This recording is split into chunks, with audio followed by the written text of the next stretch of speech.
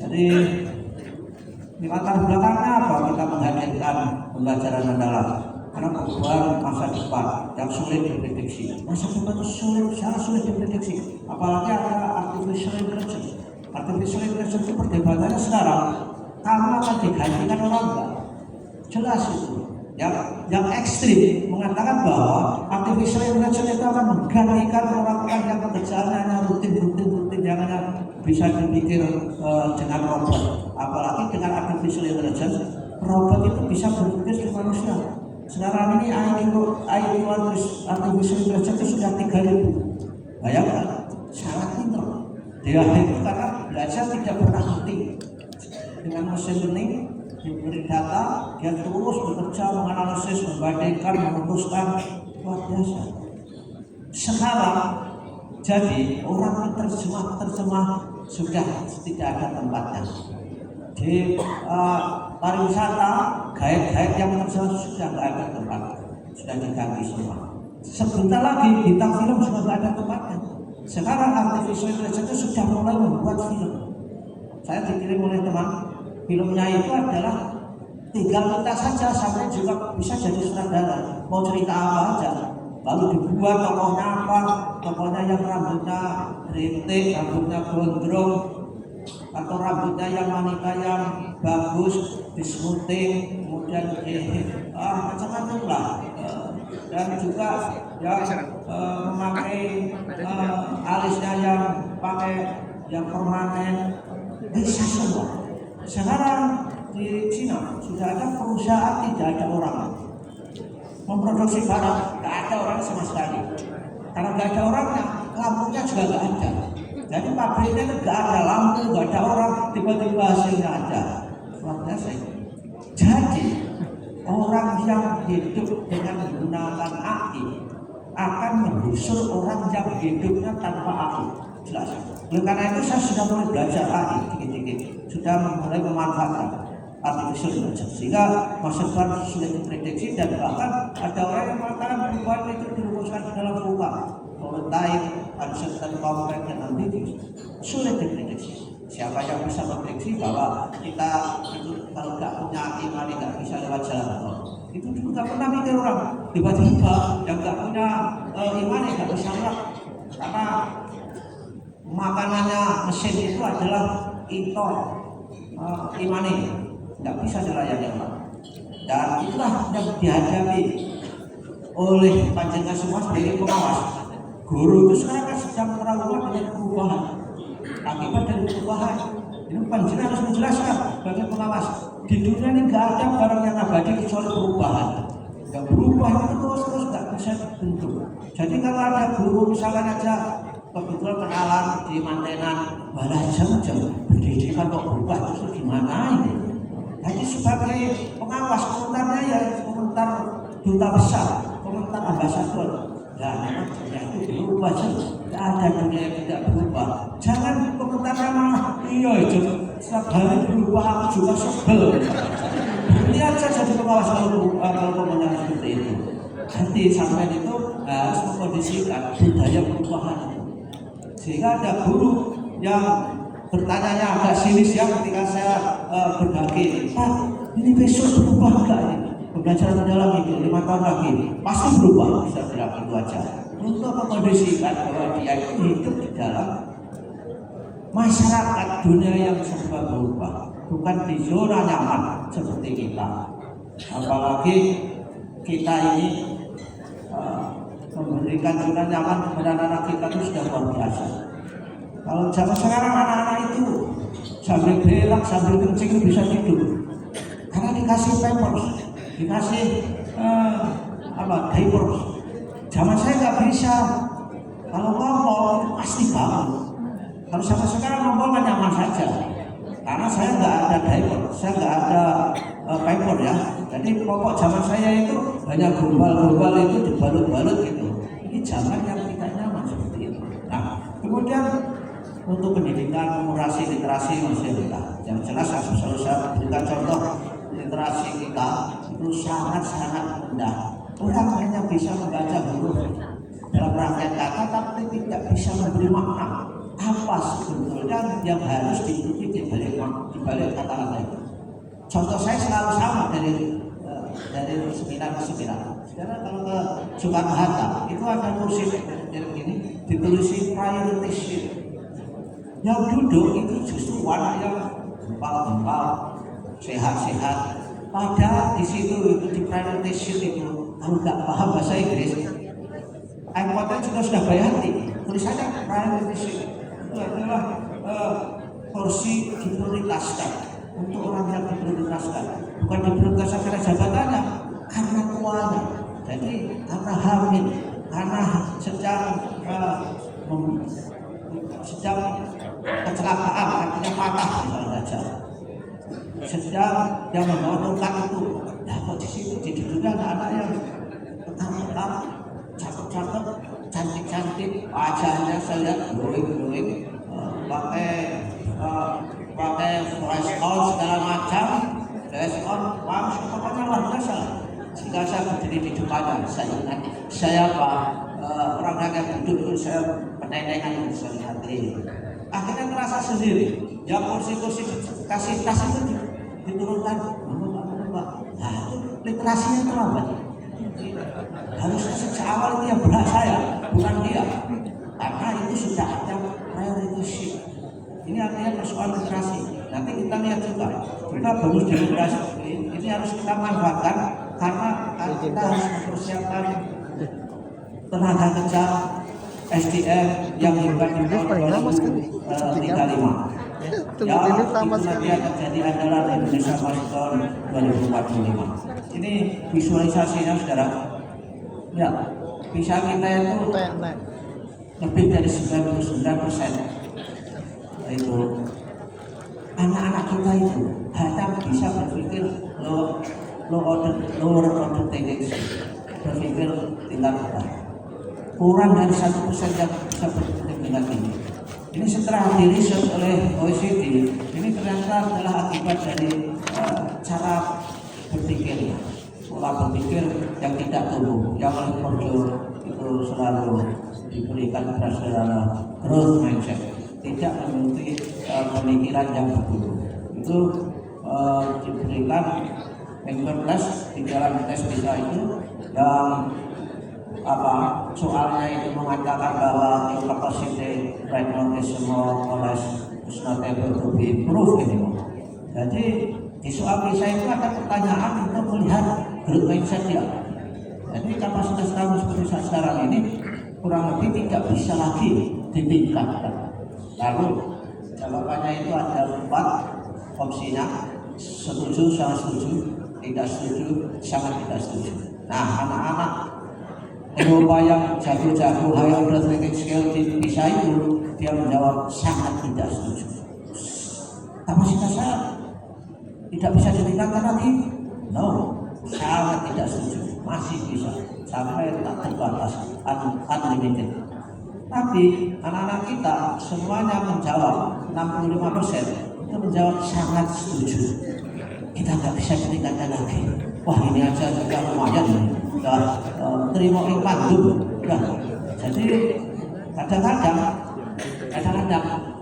kita kalau uji di kampus itu kadang-kadang dosennya juga tidak growth mindset, ikut-ikut fixed mindset. Jadi skripsi yang akan jeblok akan drop out itu diluluskan, alasannya mau sekolah aja sudah boros-boros itu. Walaupun jelek diluluskan lah, sehingga akhirnya lulus dengan syafaat. Jadi kriterianya. Nah, ini adalah mengapa perlu pembelajaran mendalam. Pembelajaran mendalam itu bukan predator dari apa yang dilakukan di guru. Jadi pengawas jangan ikut membuat galau dulu. Ini dulu sudah bekerja keras, sudah bikin pendekatan yang disebut dengan problem based, project based, inquiry, kolaborasi, deduksi, banyak hal. Kok masih akan suruh ganti lagi apa? Apa nih Pak Pengawas? Yo, saya juga jengkel ini. Bukan sama pengawas. jawabannya pengawas sebagai ambasador dari brand belajar mendalam adalah inilah jawabannya. Karena untuk melengkapi pendekatan mereka supaya lebih berdaya lagi secara pedagogis. Saudara tahu nggak, risetnya Bank Dunia itu menunjukkan bahwa negara-negara berkembang seperti kita ini ada fenomena yang dahsyat sekali, yaitu schooling without learning. Ada sekolah, ada pembelajaran, tapi tidak membuat anak belajar. Ini schooling without learning. Yang lebih spesifik lagi, hearing but not listening. Kelihatannya saja ini ada di depan kita, para siswa kita ini, tapi sebenarnya nggak belajar, nggak mendengarkan. Jadi informasinya itu masuk telinga kanan, keluar lagi telinga kanan, nggak sampai merambat sedikit pun keluar di telinga kiri, nggak sempat. Sekolah gitu telinga kiri. Nah, oleh karena itu pembelajaran mendalam itu digunakan salah satu untuk menjawab itu. Caranya gimana? Ya, buat keterlibatan siswa. Sekolah-sekolah tertentu itu tidak pernah melibatkan siswa. Dalam arti bahwa seolah-olah yang diajarkan itu hebat-hebat sendiri di dunia. Seolah-olah apa yang kita ajarkan itulah yang dibutuhkan siswa. Padahal tidak. Karena kita itu tidak tahu apa sebenarnya yang dibutuhkan siswa. Jadi guru itu ibaratnya seperti kita pepatah dalam bahasa Inggris itu, you can lead the horse to the water, but you can have a drink. Kamu bisa menuntun kuda ke sungai, tapi belum tentu bisa suruh minumnya kalau dia tidak meminum sendiri. Oleh karena itu, yang baik itu adalah guru itu harus tahu siswa itu butuh apa. Jadi nasihat panjenengan kepada guru begitu. Nah, jadi untuk era belajar mendalam ini sudah tidak zamannya lagi pengawas selalu muli-muli MPP misalnya saja. Terus dari situ disuruh ini disuruh gak penting. Jadi justru sampai harus memberdayakan supaya terjadi keterlibatan, berkesadaran, memuliakan. Berkesadaran itu penting. Tidak semua anak kita itu sadar sekolah. Jadi tiba-tiba datang ke kelas, kalau ditanya mengapa di pelajaran kita nggak tahu jawabnya. Ini sudah luar biasa. Ini juga contoh insya Allah. Saya kalau kuliah di kampus itu 3 minggu saya berangkat untuk membangunkan kesadaran mahasiswa. Jadi tanya apa kamu datang ke sini, nggak ada yang bisa menjawab.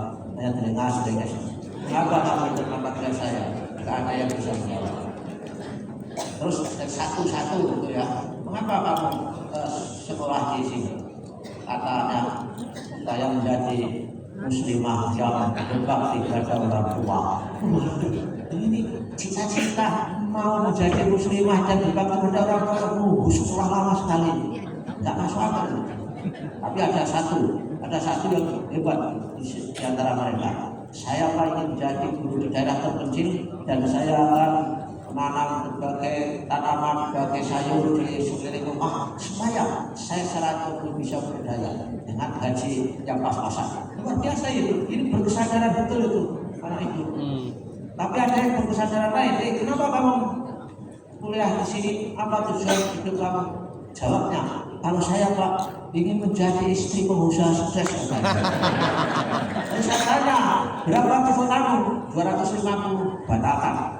Pengusaha sukses itu ingin punya istri yang TOEFL-nya 600. Jadi nggak mau pengusaha sukses punya istri yang membebani perusahaan gara-gara nggak bisa ngomong bahasa Inggris. Diajak pergi ke luar negeri, pesan akan aja nggak bisa. Memberi beban perusahaan, memberi beban suaminya. Ya, nah hal yang seperti itu yang kita bangun kesadaran. Lalu memuliakan ini tidak ada belajar dalam arti membuli orang, dulu juga dibully, kemudian saling menghormati, saling menghargai sesuai dengan martabat dan kehebatan masing-masing. Juga mengubah budaya belajar ini sangat penting. Budaya belajar itu dimulai dari budaya keingintahuan, curiosity. Ini rendah sekali curiosity-nya. Tapi kalau di dalam seminar seperti ini, curiosity terhadap barang-barang yang dipajang itu tinggi sekali ya. Jadi jual apa sih pada beli di situ sadar. Nah, budaya belajar penting, curiosity penting. Jadi Hasan ini tahu kita ini rendah kuncinya. Kalau saya ngirim video ya kepada orang yang video itu adalah merupakan informasi yang baik untuk kita diskusikan. Videonya kita kirim jam 4, saya kirim jam 4, itu lalu dibalas jam 4 untuk diterima. Terima kasih Prof. Sangat mencerahkan videonya, sangat mencerdaskan untuk semua kita ini. Nah, belum dilihat sudah sudah bohong, nggak punya curiosity. Ya, mestinya kan jawabnya nggak begitu. Terima kasih. Nanti akan saya lihat setelah saya punya waktu setelah maghrib kan begitu. Nah, belum dilihat sudah bohong, tidak punya curiosity. Benar-benar. Itu sama dengan kalau kita membuat RTP yang kalau nggak kita banyak sekali itu, artinya menjadi RTP munafik juga. Karena itu hati-hati tugas pengawas supaya kita menciptakan hal yang seperti itu sehingga pengembangan budaya belajar panjenengan ikut berkontribusi dalamnya. Manfaatkan teknologi digital sangat penting. Tadi pagi saya buat rekaman di Suyanto.id mengenai pemanfaatan aplikasi belajar. Saya selalu ikut itu. Orang yang memanfaatkan AI jelas-jelas itu ada AI.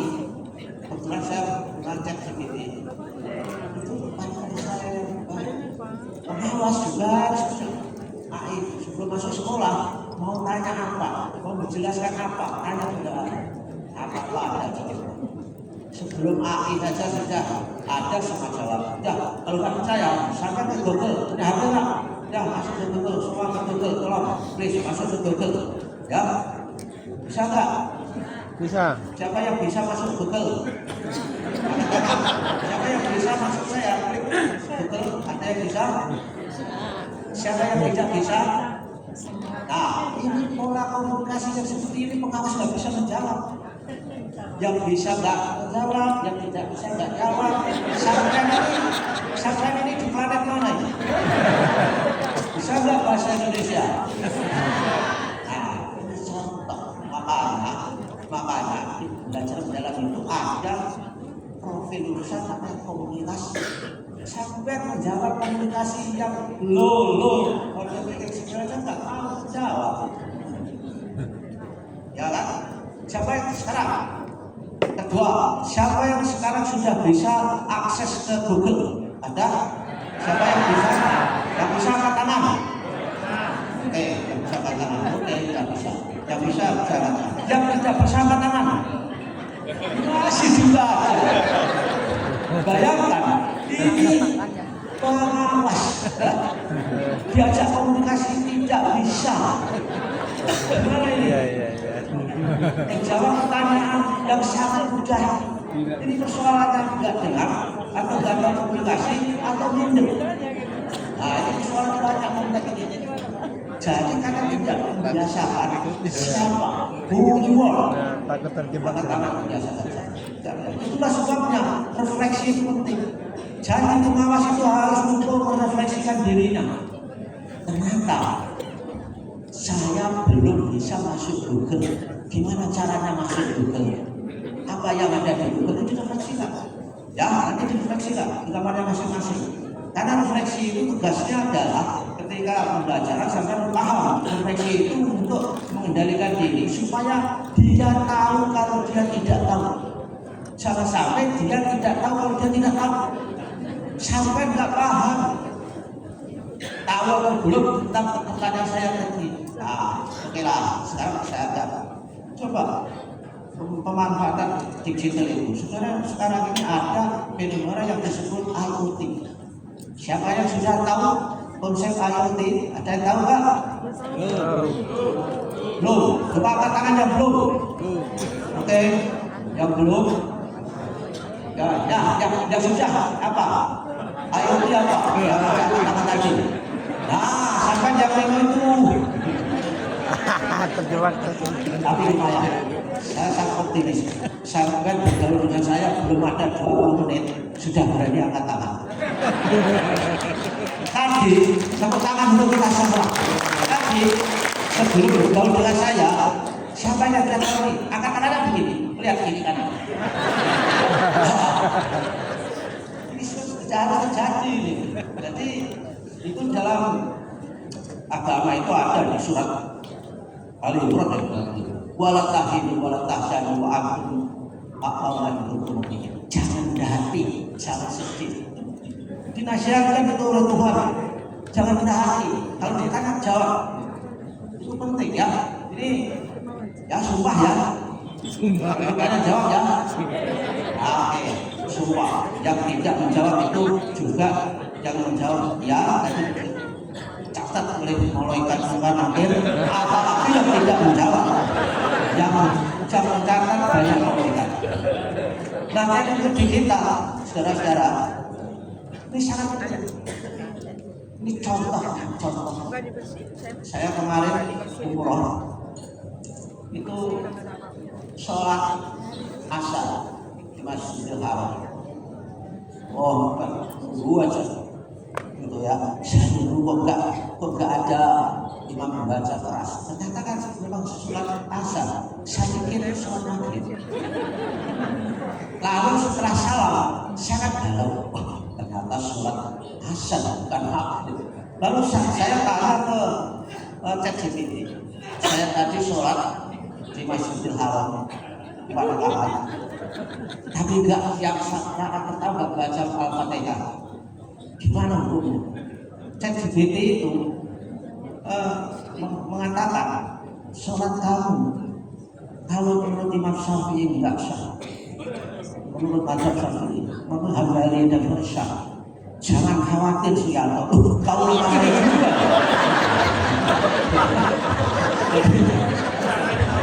Nah, hati saya itu hanya artinya sah.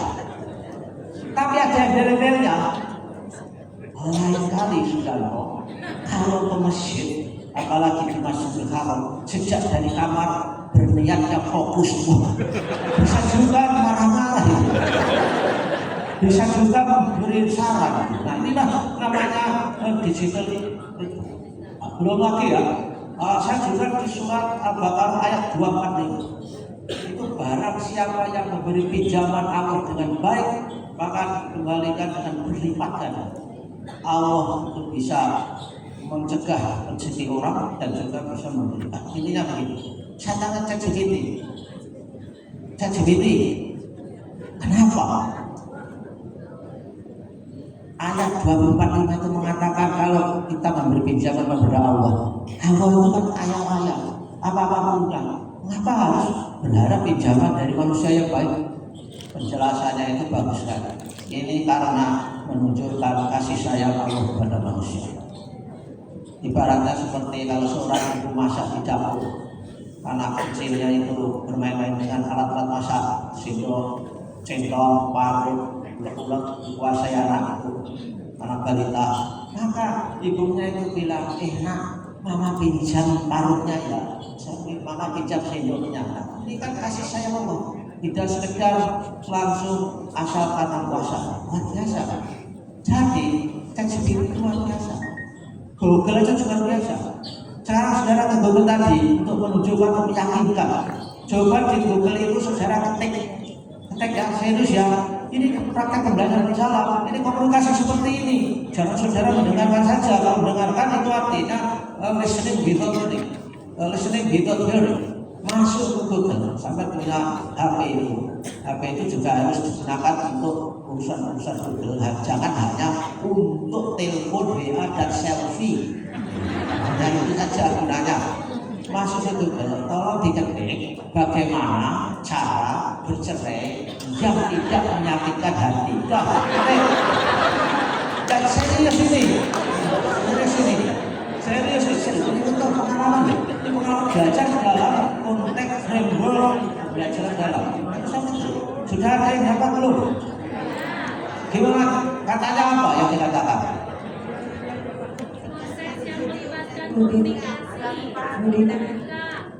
Ya, oke, saya tahu maksudnya.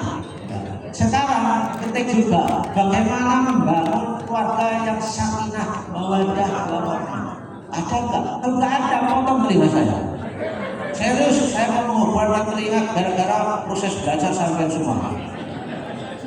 Ada kan? Ada, singkatnya ada. Bagi yang belum tahu, nanti di rumah diketik. Yang diketik itu bagaimana cara membangun keluarga sakinah, mawaddah, warahmah. Dilihat di rumah ya. Jangan yang pertama tadi, bagaimana cara bercerai yang menyenangkan. Jangan bercerai, susah bagi warisannya. Nah ini teknologi kita. Kemudian multidisiplin ini juga harus dipromosikan dalam pembelajaran negara. Oke, ini pengertiannya. Ini membuat definisi ini luar biasa lamanya karena dibikinkan oleh banyak orang, karena 17 orang pintar. Orang pintar itu kalau ngomong luar biasa, susah dipatahkan begitu saja, harus pakai argumentasi sehingga sulit definisi kita presentasikan kepada Pak Menteri, Pak yang bertambah memuliakan. Ini Pak Menteri yang menambahkan sendiri, sehingga dompetnya belajar dalam ini merupakan pendekatan yang memuliakan dengan menekankan pada penciptaan suasana belajar dan proses pembelajaran bersadaran, bermakna dan menggembirakan melalui olah pikir, olah hati, olah rasa, dan olahraga secara holistik dan terpadu. Luar biasa ini. Jadi kalau pengawas nggak pernah olahraga, itu juga harus berolahraga. Olahraga itu penting. Orang yang tekanan darahnya tinggi itu bisa diturunkan dengan olahraga. Setiap bulan bisa turun 1 poin.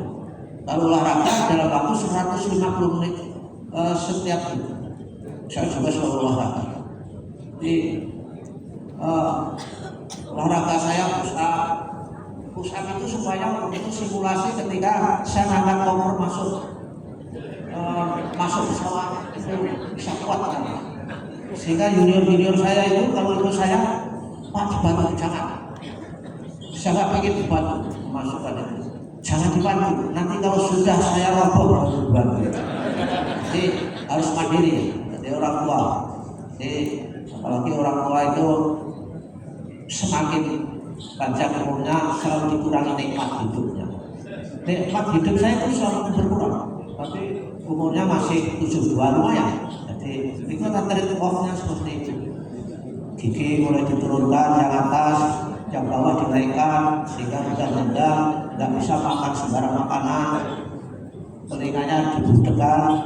Jadi kira-kira ya 20% dikurangi pendengaran saya. Sehingga di rumah saya sering bertengkar dengan istri saya gara-gara budek itu. Dan saya ngomong nggak akan budek, terus kan jengkel juga. Padahal dia sendiri juga agak budek sebetulnya.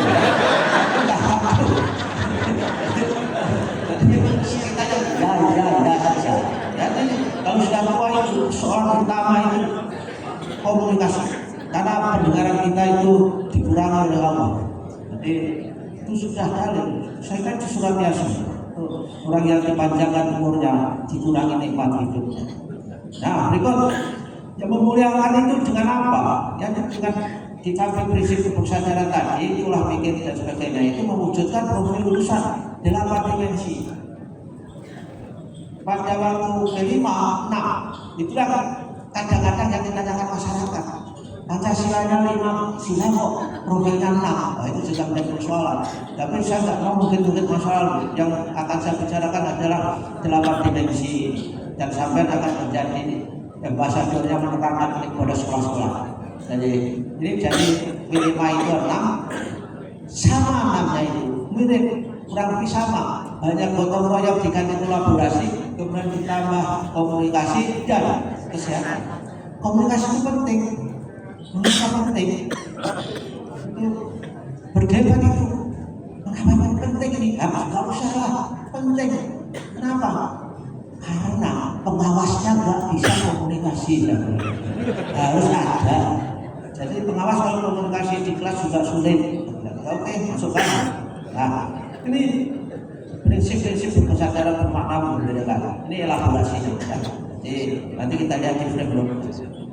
Pola pikir hati, pola pikir itu integritas kita, kognitif, kecerdasan, kemudian seperti kemampuan memahami, menganalisis, kemudian memecahkan masalah, itulah hidup. Itulah hati, itu adalah etika, di mana kita itu harus mengajarkan pada peserta didik untuk mengasah kepekaan batin, kemudian membentuk budi pekerti, serta menanamkan nilai-nilai moral dan spiritual. Sehingga ini adalah etika. Kemudian kalau rasa itu adalah estetika, di mana pendidikan ini harus mengarahkan, mendidik anak didik kita untuk memiliki kepekaan estetika, empati, dan kemampuan untuk menghargai keindahan serta hubungan antar manusia. Komunikasi lagi. Jadi, ketika kurang berkomunikasi itu, kita akan harus memiliki apa yang disebut dengan interpersonal communication skill dan intrapersonal communication skill. Skill-skill itu yang menyebabkan orang sukses. Dia bisa berkomunikasi, bisa siapa yang diajak komunikasi, bagaimana memperlakukan orang lain dalam konteks komunikasi, dan secara intrapersonal tahu siapa kita, siapa saya, bagaimana saya berperilaku secara dalam konteks komunikasi dengan orang lain. Ini kan beda. Saya saja kepada atasan kita kan gak boleh bilang kamu gitu. Kamu mau ke sana. Jadi kepala sekolah itu juga berkomunikasi yang baik kepada gurunya, apalagi pengawas komunikasinya lebih luas yang kepada kepala sekolah, kepada guru dan sebagainya. Kemudian olahraga ini adalah kinestetik, kesehatan, tahu kebugaran, tahu bagaimana kekuatan tubuh kita masing-masing, serta membentuk karakter melalui kegiatan jasmani. Orang pinternya kayak apapun, kalau nggak sehat itu nggak ada gunanya. Orang yang sakit terlalu lama, bosnya itu kalau besuk di rumah sakit, dia sakit terlalu lama, pulang dari kamar itu sudah berpikir dalam benaknya, diganti siapa anak ini nanti, harus diganti. Apalagi sakit itu luar biasa mahal, jadi lebih baik mencegah, jangan enggan berolahraga. Paling tidak, saudara-saudara itu setiap hari harus melangkah 7.000 langkah. Kalau tidak cukup, ya harus ditambah. Misalkan saja pagi setelah subuh itu berjalan 1 jam itu, karena kalau 1 jam itu 5.000. Saya kalau di Jakarta, saya pesan kepada staf di Jakarta itu kalau bisa selalu di hotel Atotel, di hotel Sentulido itu yang dibuat GBK. Jadi saya selalu bangunin orang habis subuh jam 5 sudah mulai berjalan. Ada yang bilang setengah kenapa? Masih gelap. Kita kan berjalan tidak di jurang, jalannya lurus semua. Akhirnya ikut jam 5. Setelah itu dibagi lagi berombong-rombong. Ada yang jalan santai, ada yang jogging, jalan cepat. Saya termasuk yang hibrid, kadang-kadang jogging, kadang-kadang santai. Tapi saya masih bisa mengitari GBK itu 5 kali putaran dengan 10.000 langkah. Jadi harus dilakukan. Ya, jadi karena saya pengennya itu kalau mati itu mati yang agak mudah. Jangan matinya itu karena ya Allah ini doa saya. Matinya itu gak sadar tahun-tahun. Ya Allah ini doa saya mudah-mudahan disaksikan pengawas ini diaminkan oleh malaikat. Amin. Dan bahkan saya kalau ditanya istri saya kan sudah pensiun ya, sudah pensiun dan 2 tahun lalu. Saya setiap pakai sepatu itu istri saya itu sudah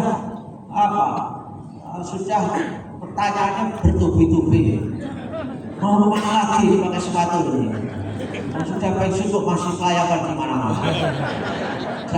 Ya daripada di rumah nggak ada gunanya, ini masih ada gunanya. Jalan-jalan kemana-mana.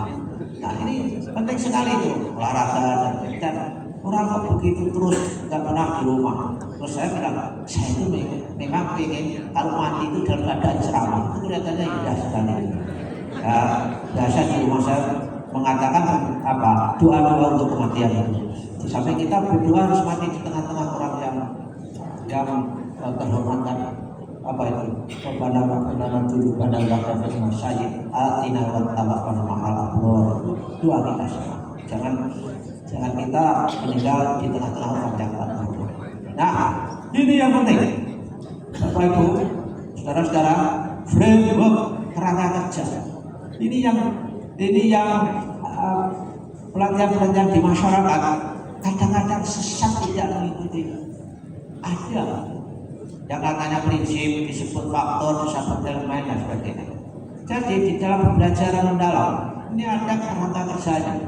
Yang di dalamnya juga ada kerangka pembelajaran. Jadi sampai jangan bingung.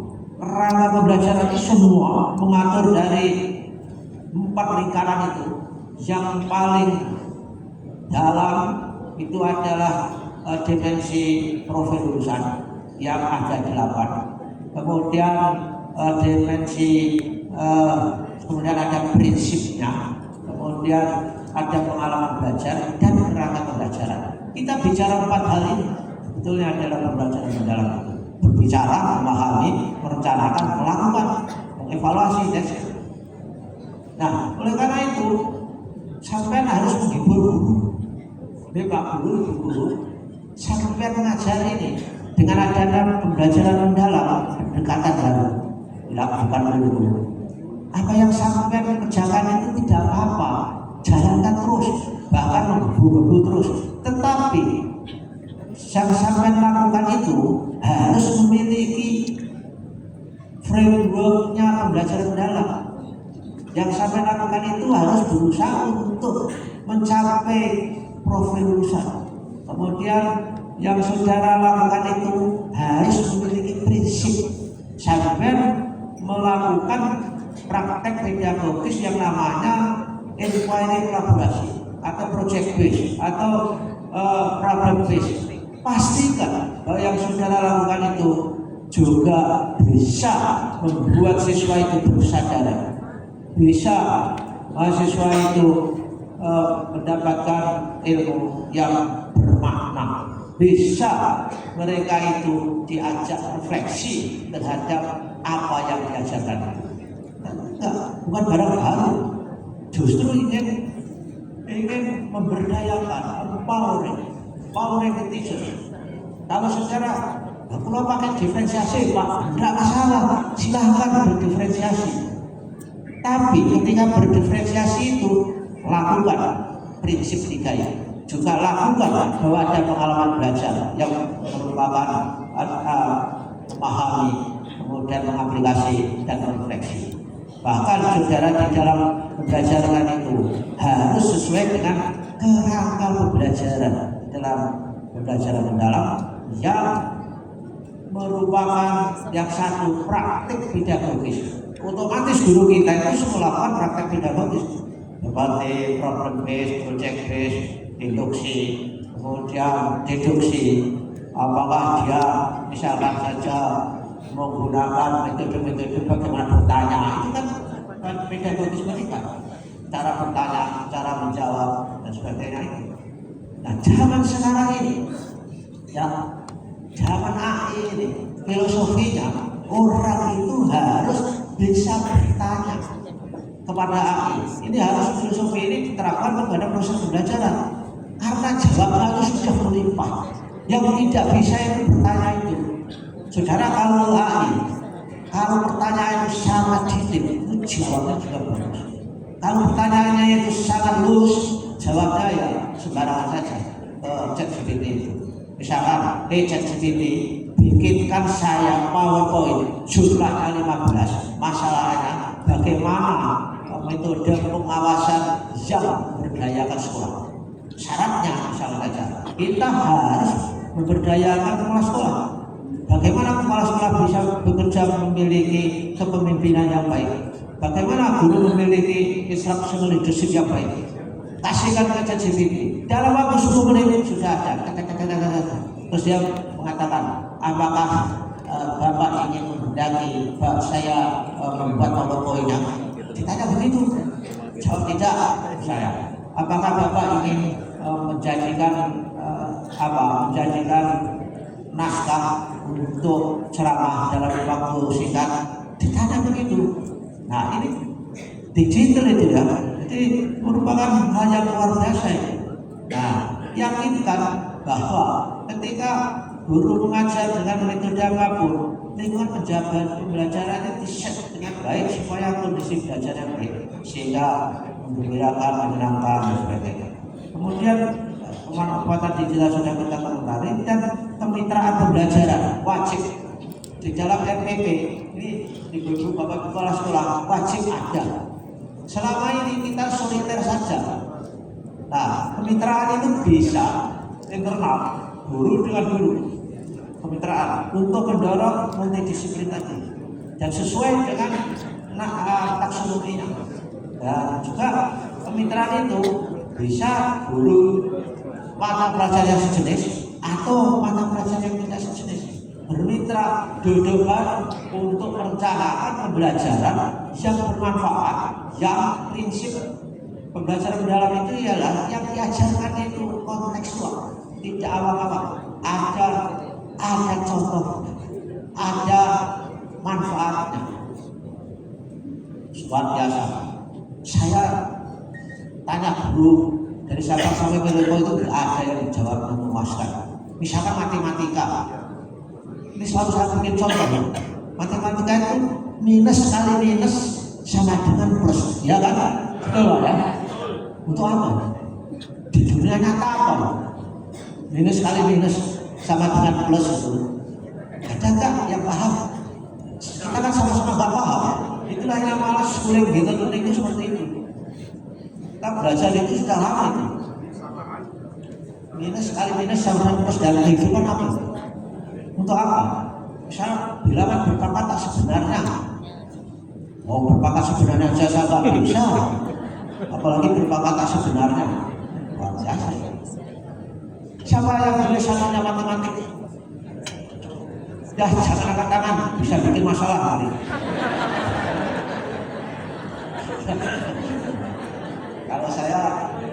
Kalau saya di ekonomi bisa mencontoh.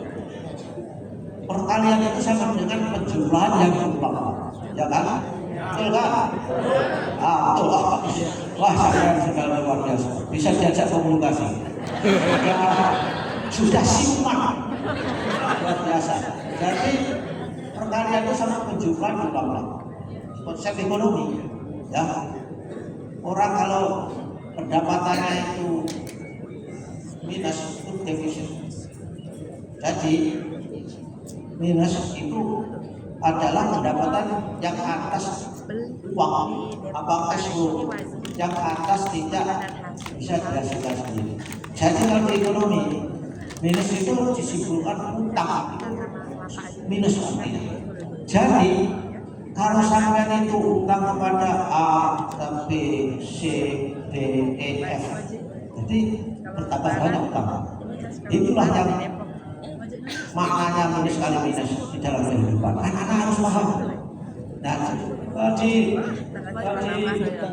sini itu dulu pembelajaran mendalam contohnya yang kontekstual itu guru matematika membawa guntingan ikan, kemudian diberi voucher anaknya itu. Kamu saya beri vouchernya itu $1.000. Ini ada diskon dari guntingan tadi. Silakan belanja sesuai dengan diskonnya itu supaya Anda bisa merayakan hari ulang tahun kamu. Bayangkan, ini sangat kontekstual. Ada anak yang caranya mengumpulkan diskonnya itu, diskonnya dikumpulkan, kemudian dikurangkan vouchernya, sisanya berapa? Ada anak yang mengurangkan langsung satu diskon ke diskon yang lain. Jadi walaupun anaknya itu bersebelahan, caranya berbeda-beda. Itulah luar biasa dalam belajar mendalam. Di dalam berdiferensiasi itu seperti itu. Tidak berdiferensiasi itu diberikan template sejak awal. Berdiferensiasi menurut telinga, mata dan sebagainya. Cara belajar mengandalkan mata, telinga, bergerak, bukan begitu. Yang ada seperti apa yang dihandle oleh guru lain. Nah, ada lagi dari negaranya Prof. Jo itu sangat luar biasa di Singapura.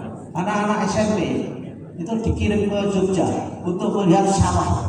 Jadi konsep sawah, dia dari Singapura itu sudah bikin note, saya akan melihat kacang tanah.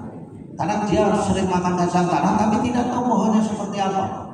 Apakah manjat misalkan saja ketika mereka memetik kacang tanah. Lalu anak-anak itu lepaskan di sawah. Anak-anak dan sorenya saya ketemu. Kebetulan saya punya teman waktu di Michigan State itu bareng. Jadi di situ dia bisa mengerahkan anak-anak di sini untuk belajar. Anak-anak itu curhat ke saya. Saya tanya, did you have a good time in the field price? Dia bilang, yes, we got a lot of experience katanya. Apa? Mengapa? Mengapa? Oh, kacang tanah itu bunganya di atas. Kok buahnya masuk ke dalam tanah? Pertanyaan saya nggak yakin kalau Indonesia bisa bertanya seperti itu. Ini ASN di Singapura bisa bertanya seperti itu. Tahu nggak saudara apa sebabnya seperti itu? Ada yang S1-nya biologi, ada nggak? Sudah ada aja. Daripada bikin persoalan.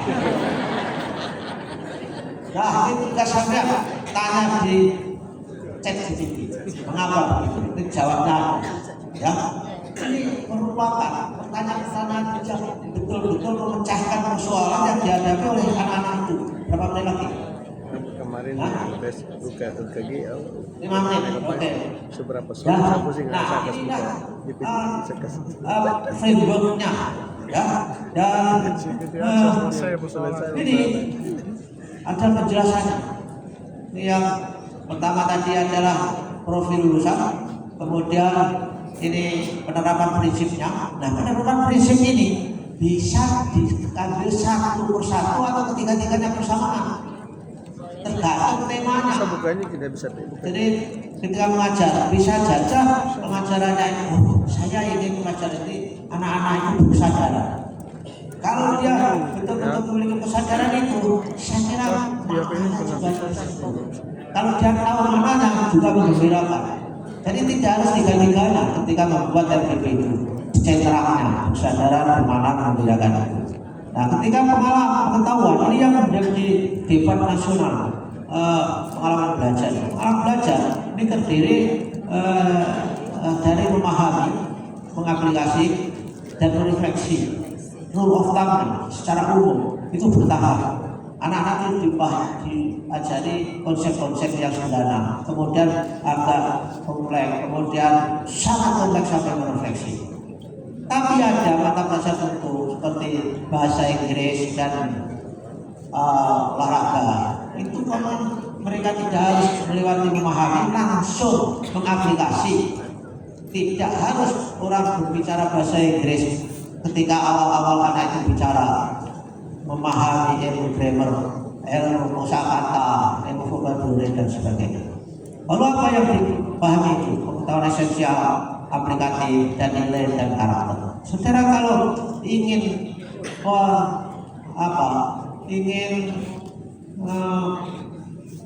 pendalamannya ini, lihat di YouTube saya ya, suyanto.id. Saya bikin sudah sampai episode 18 yang kita buat dengan salah satu tokoh pembelajaran mendalam ketika membuat naskah akademik ini. Itu Profesor Yuli Rahmawati yang sekarang ada di atas pendidikan dan kebudayaan Australia. Selalu setiap itu saya bikin itu supaya tidak terjadi kesesatan di dalam masyarakat. Ini tadi sudah saya share dengan Bu Rini, saya kira. Kalau bisa di sini ada grupnya, ini tolong di share dalam grup supaya tidak sesat. Saya juga share kepada grup pembelajaran mendalam di Surabaya. Dan saya punya grup di sana ketika ceramah itu. Ini untuk menandingi miskonsepsi yang terjadi supaya tidak jauh kita tersesat. Yaitu pengetahuannya dengan esensial, aplikatif, dan pengetahuan nilai dan karakter. Ini sangat penting. Ya, pengetahuan nilai dan karakter.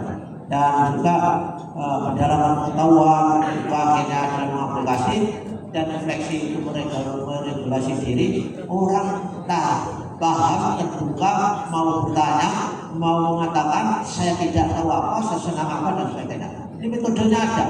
Jadi metode seperti ini, cara menjawab, cara bertanya, cara menguji dan sebagainya nanti akan kita buat videonya di sugianto.id. Nah, ini pengalaman lagi. Nah, yang akan, nah sekarang taksonominya. Taksonomi kita itu adalah bukan belum yang digunakan, belum itu sebagai pembanding SOP, tapi SOL, yaitu Structure of Observed Learning Outcome. Nah ini kalau sesuai dengan pemahaman tadi, memahami pengalaman belajar, jalannya begini sulit. Orang tahu konsep yang bisa salah, itu yang ada pada pre-structural, kemudian jadi structural yang lagi satu konsep, multi-structural beberapa konsep, kemudian relational bisa menghubungkan konsep satu dengan konsep yang lain, kemudian yang extended abstract itu bisa menggeneralisasikan kepada konteks yang sangat berbeda. Ini yang paling tinggi, high order thinking skill itu bermula dari multi structural, relational dan extended abstract. Kalau yang ini masih lower thinking skill. Nah, apa bedanya? Taksonomi Solo itu lebih memperlihatkan proses, jadi dan hasil. Tapi kalau taksonomi Bloom itu kan tujuan dari sebuah kegiatan pembelajaran. Nah, kalau dilihat secara verbal, maka tadinya orang itu no ideas, kemudian one ideas, many ideas, related ideas, kemudian extended ideas. Itulah Bapak Ibu, karena waktunya sudah habis, jadi hukumnya kalau kita tadi mulainya terlambat, jangan sampai selesainya juga terlambat. Itu namanya bodoh dalam waktu yang singkat. Harus tetap ya.